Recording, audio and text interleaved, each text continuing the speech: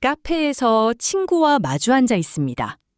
처음엔 일상 얘기를 하다가 어느새 공통 지인의 이야기가 나옵니다.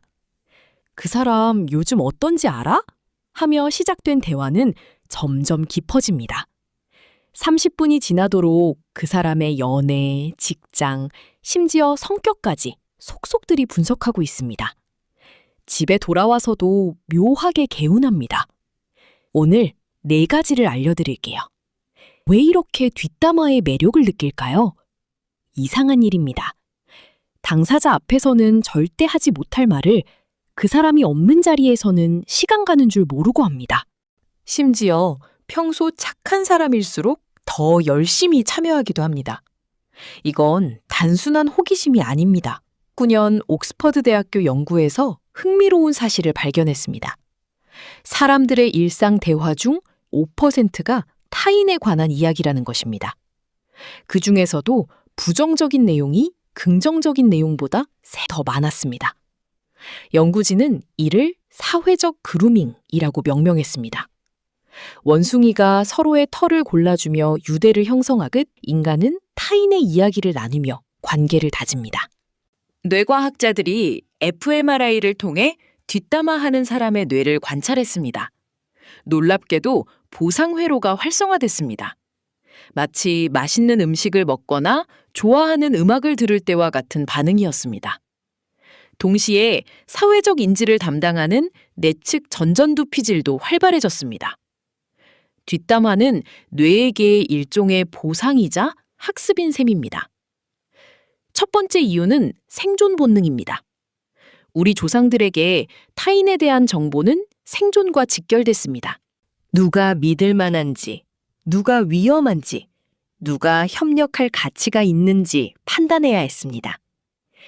이런 정보를 얻고 공유하는 능력은 집단에서 살아남는 핵심 기술이었습니다. 현대에도 이 본능이 그대로 남아 있습니다. 직장에서 새로운 동료의 성향을 파악하려고 합니다. 선배들과 점심을 먹으며 자연스럽게 그 사람 이야기가 나옵니다. 일 열심히 하는 편이야? 성격은 어때? 이런 대화를 통해 그 동료와 어떻게 지내야 할지 전략을 세웁니다. 이는 단순한 호기심이 아니라 직장이라는 집단에서 잘 적응하려는 생존 전략입니다. 두 번째 이유는 사회적 유대감 형성입니다. 2018년 스탠포드 대학 연구에 따르면 공통의 관심사나 경험을 나누는 집단에서 옥시토신 분비량이 40% 증가했습니다. 옥시토신은 사랑 호르몬으로 불리며 애착과 신뢰를 만드는 화학 물질입니다. 타인의 이야기를 함께 나누는 행위 자체가 우리를 더 가깝게 만듭니다.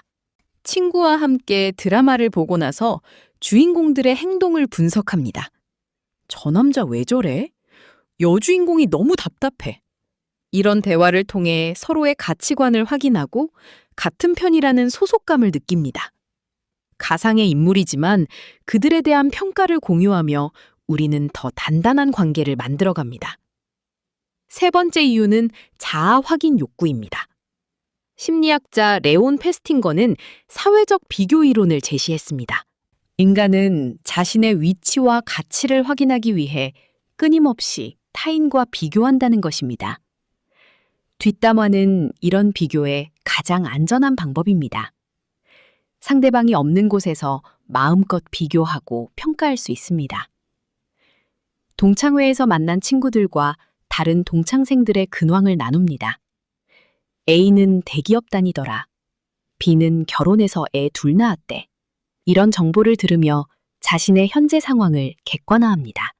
때로는 안도감을, 때로는 자극을 받습니다.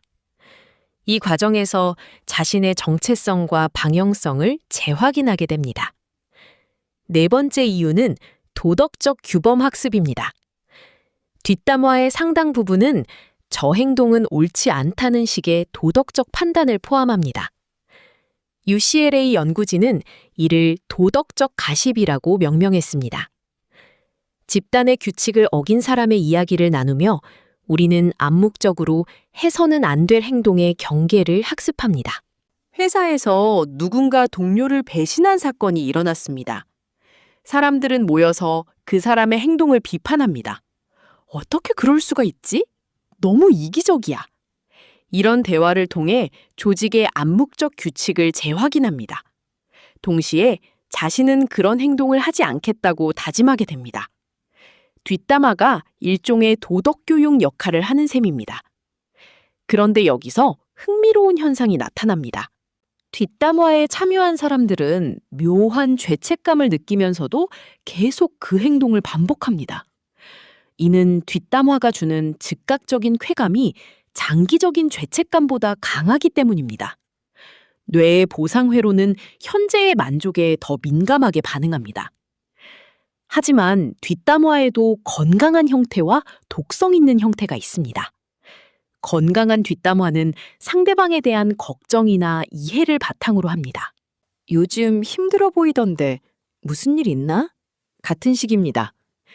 반면 독성 있는 뒷담화는 상대방을 깎아내리고 모독하는 데 집중합니다. 2020년 하버드 의대 연구에서 흥미로운 결과가 나왔습니다.